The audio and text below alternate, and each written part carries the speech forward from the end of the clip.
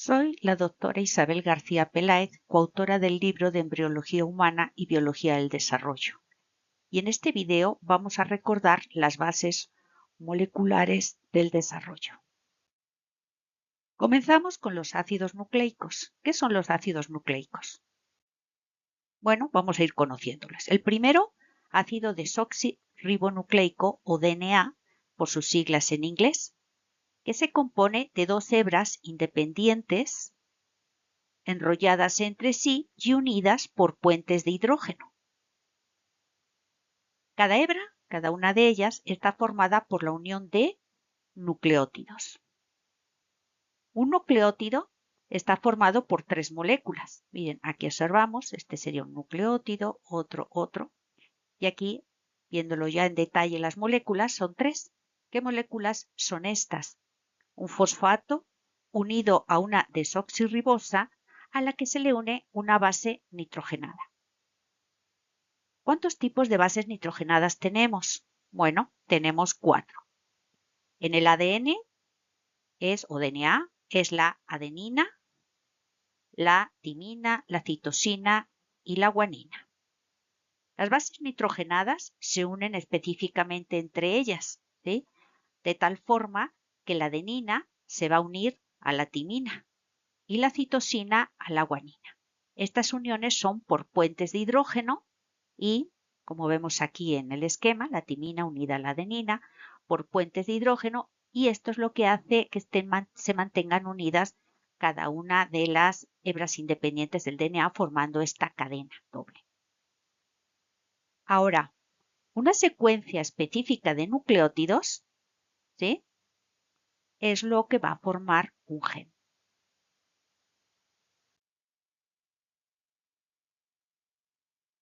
Seguimos en el ácido desoxirribonucleico y vamos a conocer lo que son los nucleosomas. Los nucleosomas son la unidad estructural del DNA. Está formado, miren, aquí tenemos un nucleosoma, otro nucleosoma, por DNA que da 2 vueltas y media alrededor de un grupo de histonas. Cada nucleosoma da vueltas alrededor de 8 unidades de histonas. Y por fuera tenemos la H1, que es una histona que no forma parte de este grupo, pero que le da estabilidad al nucleosoma. Las histonas, son estas de acá, favorecen el enrollamiento y el empaquetamiento del DNA junto con otras proteínas que no son histonas. Vean aquí, estos nucleosomas empiezan a enrollarse formando este empaquetamiento. El máximo de empaquetamiento ahora son los cromosomas que podemos observar en la mitosis en la metafase. Ahora sí, vamos a hablar de lo que es la heterocromatina y la eucromatina, que depende del grado de empaquetamiento. La heterocromatina, este es el esquema, corresponde a las zonas de los cromosomas que están altamente empaquetadas o altamente enrolladas, ¿sí? Por lo que los genes de estas zonas no se pueden expresar y se consideran inactivos transcripcionalmente. Para esto se ayuda por las metilaciones, aquí de las histonas, los grupos metilo. Por el contrario, la eucromatina corresponde a los segmentos de los cromosomas con bajo grado de empaquetamiento, como podemos observar aquí, o enrollamiento. Y son zonas, claro, con DNA que tiene los genes activos. ¿Por qué?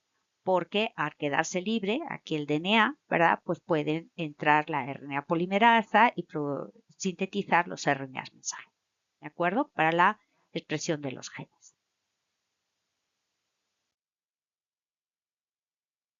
Ahora vamos a hablar del ácido ribonucleico. El ácido ribonucleico, o RNA, se compone de una única hebra independiente, constituida, igual que el DNA, por nucleótidos. ¿Cómo son los nucleótidos del ácido ribonucleico? Son semejantes en cierta forma al DNA, pero hay diferencias. Por ejemplo, ¿qué tiene de común cada nucleótido? Que tiene un fosfato, ¿sí? Pero claro, el azúcar ahora sí es una ribosa, ¿sí? Y a su vez se encuentra unido, igual que el DNA, por bases nitrogenadas. Estas bases nitrogenadas son, igual que en el DNA, guanina, adenina y citosina. Pero en el ácido ribonucleico, en vez de tener timina, tiene uracilo. ¿Cuántos tipos de ácidos ribonucleicos tenemos? Tenemos 3 tipos. El RNA mensajero, ¿sí?, que es la copia complementaria de un gen del DNA. El RNA de transferencia, ¿sí?, que lo que hace es que acarrea aminoácidos de una forma específica para la síntesis de las proteínas. Y por último tenemos el RNA ribosomal. El RNA ribosomal se une a proteínas formando ribonucleoproteínas que a su vez constituyen las subunidades de los ribosomas. Ahora vamos a ver cómo se expresan los genes, expresión génica. La expresión génica comienza con la transcripción. La transcripción consiste en la transferencia de la información contenida en una secuencia de DNA mediante una copia de RNA que es complementario. Vean ustedes aquí en la transcripción tenemos la molécula de DNA que se abre y a partir de una de las hebras se va a sintetizar una molécula de RNA. Es una copia en blanco y negro, como el negativo, del DNA. Vamos a ver los pasos de la transcripción. Claro, se necesita una enzima para la síntesis del RNA. Entonces tenemos, ¿cómo se llama esta enzima? Es la RNA polimerasa, que junto con uno o más factores de transcripción se tiene que unir al DNA, ¿sí?, en una secuencia que se llama el promotor, que es una secuencia de DNA que está por delante del gen, que se va a tener que transcribir. El promotor, esta secuencia, tiene una caja que es formada por nucleótidos con timina, adenina, adenina, que es la caja TATA. Y aquí es donde se une el complejo de transcripción. Este complejo está formado por la RNA polimerasa, aquí pusieron este esquemita, y factores de transcripción, que son otras proteínas. Este complejo lo que va a hacer primero es formar una burbuja de transcripción, que es que se abran las cadenas, se separen las cadenas de DNA a nivel del gen que se va a transcribir. La burbuja de transcripción, en esta burbuja, la RNA polimerasa se une, va a unirse aquí al gen, a la estructura del gen, y va a unir, gracias a ella, va a hacer unir nucleótidos de forma complementaria a los nucleótidos del DNA. Es decir, si en un nucleótido en el DNA hay un nucleótido con adenina, en el RNA mensajero va a unirse a un nucleótido con timina, citosina, guanina. ¿Sí? En la última etapa de la transcripción, así se va haciendo, su molécula sintetizando la molécula de RNA mensajero, y en la última etapa es ya llegando a una secuencia de nucleótidos, ahí la RNA polimerasa reconoce y ahí se acaba la transcripción. Y entonces se libera el RNA y también se libera todo este complejo. El RNA que sale, ¿sí?, la primera copia de RNA, copia virgen, digamos así, de ese RNA que surge, se llama RNA transcrito primario, ¿sí? Esta copia se llama RNA transcrito primario. Este RNA se tiene que modificar para formarse ahora sí un RNA mensajero. ¿Qué modificaciones? Bueno, en primer lugar, en esta molécula, ¿sí?, se van a perder los intrones, que eso es una secuencia de nucleótidos, que no se van a transcribir, se eliminan los intrones y se quedan los exones, que son los de la transcripción, y se le añade ahora un capuchón en uno de los extremos, en el extremo 5', se va a añadir un capuchón de 7-metilguanosina. Y en el otro extremo, en el 3', se le va a añadir una cola de polinucleótidos de adenina, ¿sí?, en el 3'. Dirán ustedes, ¿y esto para qué? Ah, pues esto es para que el RNA mensajero pueda salir del núcleo a través del poro nuclear, que no deja cualquier cosa. Hay una selección a través de receptores para permitir que unas moléculas salgan y que otras no. Hay una selección. Entonces, ahora sí, este RNA mensajero, con estas modificaciones, y ahora sí tenemos un RNA mensajero, sale por el poro nuclear, ¿sí? Y llega aquí al citoplasma ya preparado para la síntesis de proteínas a través de su mensaje en esta secuencia de nucleótidos del RNA mensajero. Y vamos a ver ahora la traducción, que es la síntesis de proteínas, ¿sí? El RNA mensajero contiene la información codificada del DNA, del gen que estaba en el DNA, y se va a traducir en esta secuencia en una secuencia de aminoácidos para formar una proteína. El código básicamente es así. Cada 3 nucleótidos, ¿sí? Vean ustedes, cada 3 nucleótidos del RNA mensajero, ¿sí? Llamados tripletes, se va a formar un codón y va a codificar un aminoácido. Un codón es un triplete de nucleótidos y se va a codificar un aminoácido por cada 3. Ah, claro, hay una secuencia específica. No es lo mismo que tenga adenina, guanina, uracilo, que tenga adenina, citosina, guanina, ¿sí? Entonces, cada uno, este código, va a ser para codificar un determinado aminoácido. Los componentes para la traducción son, ahora sí, el RNA mensajero, los RNA de transferencia que acarrean los aminoácidos, ¿sí? Y los ribosomas, que es el organelo en el cual va a hacerse la síntesis de las proteínas. Los ribosomas se van a unir al extremo 5' del RNA mensajero cuando el ribosoma encuentre un codón, un triplete de nucleótidos que tengan adenina, uracilo y guanina.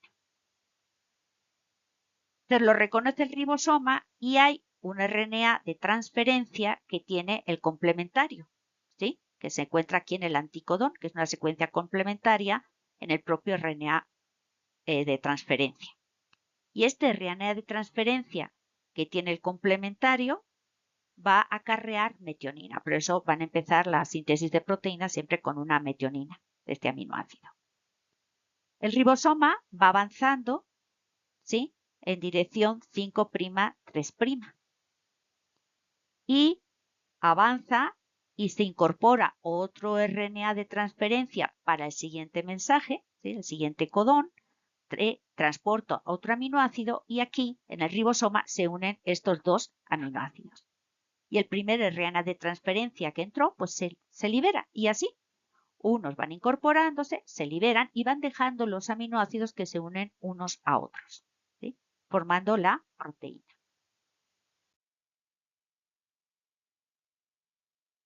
Este proceso se va a repetir hasta que encuentra un determinado tripletes de terminación, codones de terminación, que tiene esta secuencia o uracilo adenina adenina, o uracilo adenina guanina o uracilo guanina adenina. Estos tripletes de terminación son reconocidos por proteínas del ribosoma que se llaman factores de liberación y que interactúan con estos codones y ahora sí se libera el RNA mensajero. El RNA mensajero, una vez que se libera, se degrada para regular la síntesis de proteínas. Tengo que decir que en un RNA mensajero se van incorporando no un ribosoma, sino varios ribosomas. De un RNA mensajero se pueden obtener varias copias, ¿sí? Varias proteínas, moléculas de proteínas, porque se hacen copias, ¿verdad? De este RNA mensajero. Pero una vez que se acaba la síntesis, ya hay señalización para que acabe la síntesis de las proteínas, se degrada el RNA mensajero. Vamos a hablar de la expresión de los genes, ¿sí? Ya hemos visto cómo se expresan y ahora cómo está regulada la expresión. Hay una expresión de genes que es la constitutiva, en el cual se transcriben y se traducen proteínas de manera automatizada constantemente. Claro, dependiendo de la proteína, es el tiempo y la cantidad de proteínas que se van a ir sintetizando a partir de estos genes. Pero hay otra expresión que es no constitutiva o regulada.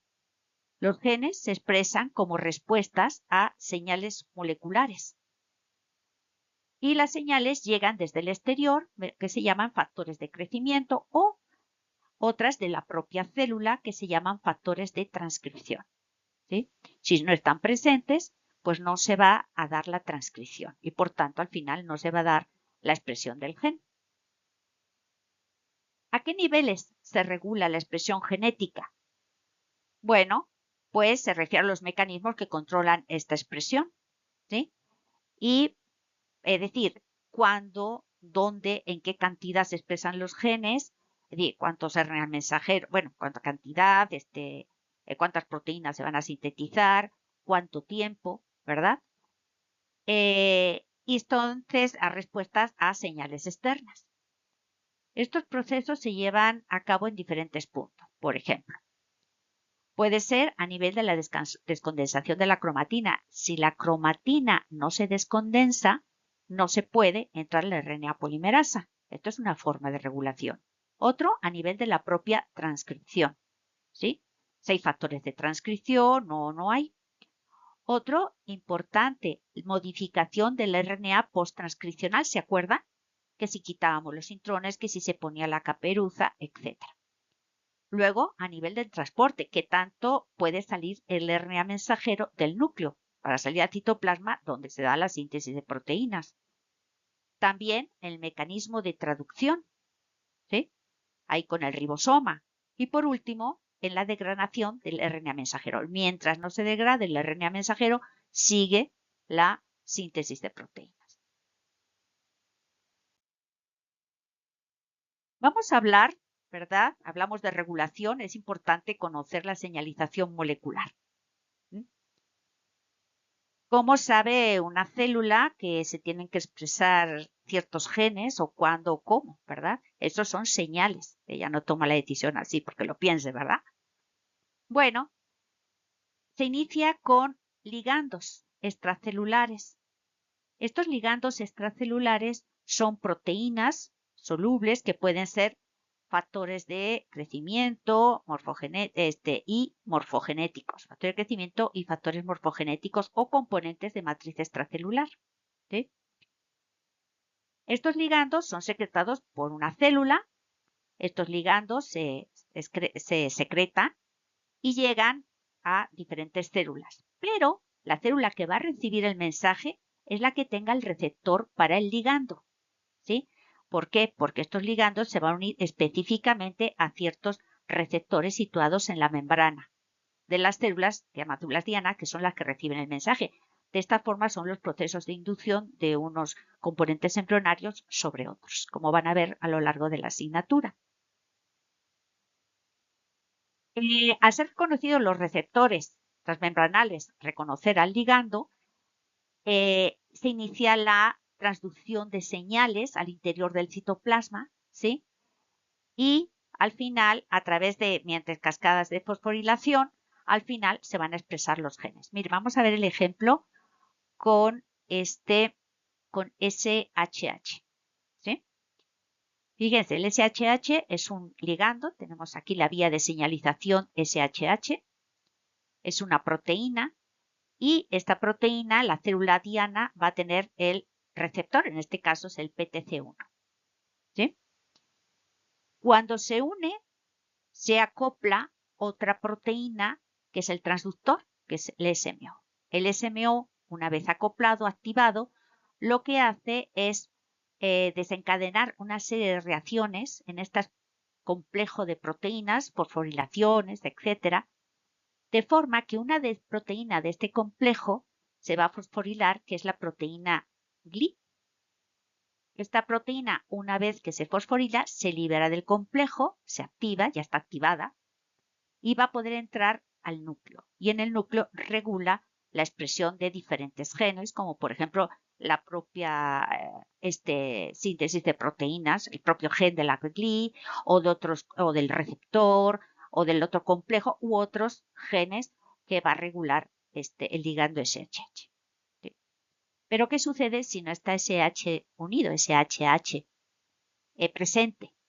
No se une, no se forma este complejo con el transductor SMO, no hay fosforilaciones y la proteína GLI, en vez de fosforilarse, lo que sucede es que entra un proteosoma es un organelo no membranoso que va a producir la hidrólisis de esta proteína.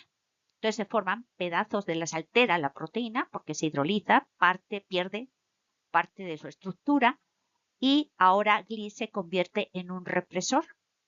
Este represor va a entrar al interior del núcleo y va a inhibir la expresión de los genes, es decir, va a hacer justo lo contrario.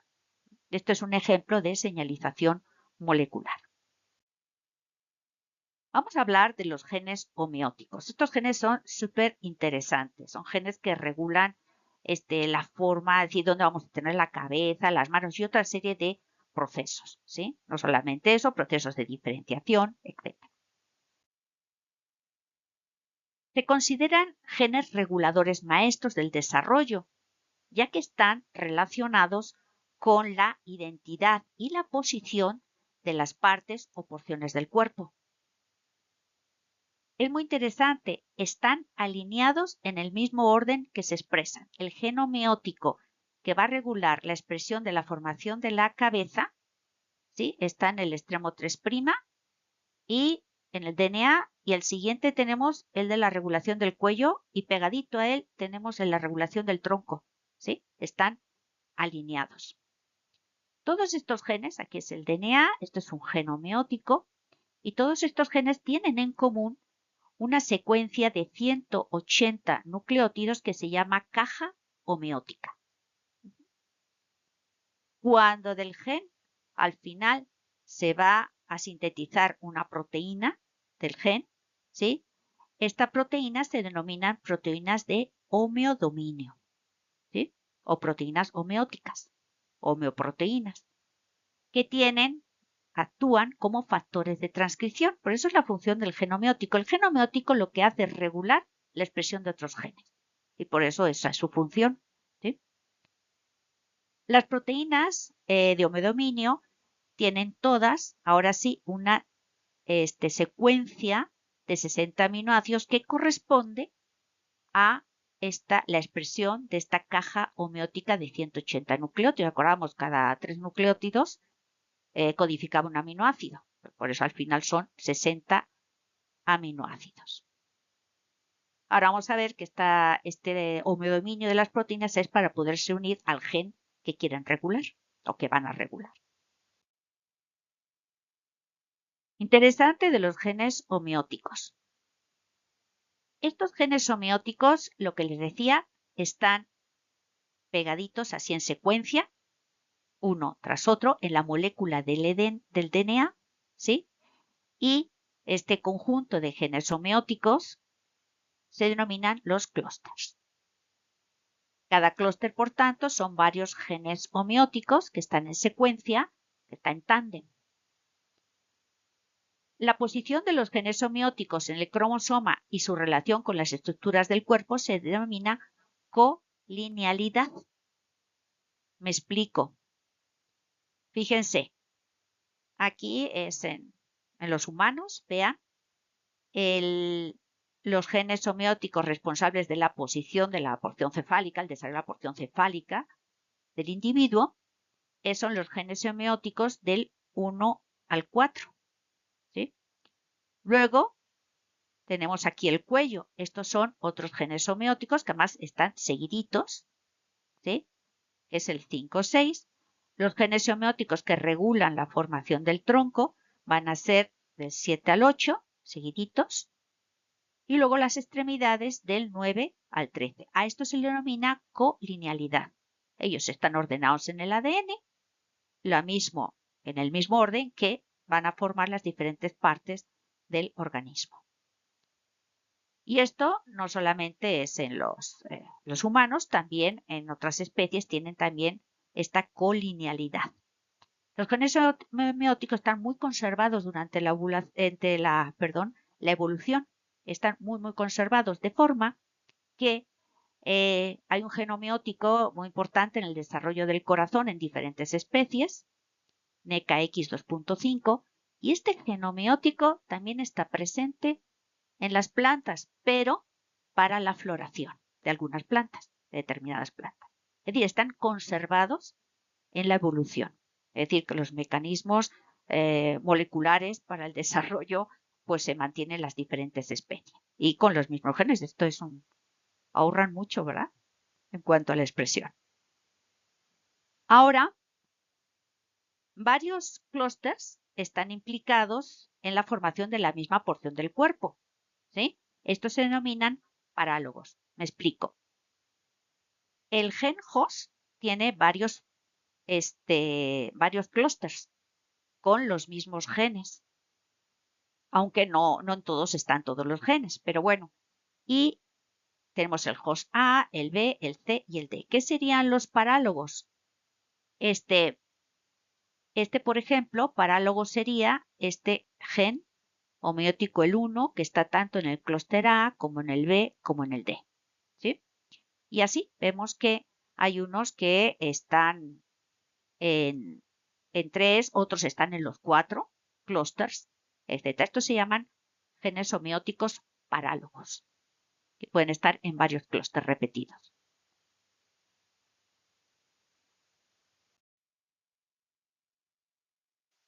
Los genes homeóticos vamos a conocer cómo interactúan ahora con el DNA de donde se encuentran los genes que ellos van a regular, ¿sí? Para que las homeoproteínas lleven a cabo su función biológica, la proteína correspondiente al gen homeótico, como factores de transcripción deben asociarse físicamente a la secuencia promotora del gen que van a regular, físicamente ese DNA donde está el gen. Los complejos homodiaminio-DNA, que es esta unión de la proteína con el DNA, regulan la expresión de los genes diana mediante la activación o supresión de la transcripción del RNA mensajero. Es decir, que una proteína de homodominio, resultado de un gen homeótico, puede unirse al DNA y activar, ¿verdad?, la expresión del gen o inhibir la expresión del gen, ¿sí? Vamos a ver cómo es esto. Cuando la función de la homeoproteína es promover la expresión del gen, se asocia directamente al DNA a través de la caja TATA del promotor y ya se sintetiza el RNA mensajero de ese gen. Pero si la homeoproteína, su función es reprimir la expresión del gen, ahora el complejo homodominio DNA va a reclutar enzimas que van a transferir grupos metilos al gen que se va a reprimir. Entonces, al poner grupos metilos a las histonas, no se desarrolla el DNA del nucleosoma y entonces no se va a poder transcribir. ¿Cómo se activan? Ahora sí, dirán ustedes, bueno, ¿quién regula al gen homeótico? Bueno, uno de los mecanismos de activación se produce mediante gradientes de concentración de moléculas llamadas morfógenos. ¿Sí? Un morfógeno puede ser el ácido retinoico. Entonces, dependiendo del gradiente, ¿sí?, hay células que van a activar, ¿sí?, la síntesis de este gen homeótico, ¿o no?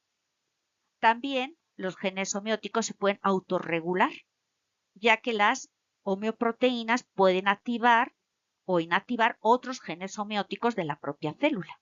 Este fue un resumen del capítulo 2 del libro de Embriología Humana y Biología del Desarrollo. Espero haberles aclarado sus dudas y recuerden que en el libro hay otras actividades para autoevaluarse y reforzar su aprendizaje. Hasta el próximo video. Bye.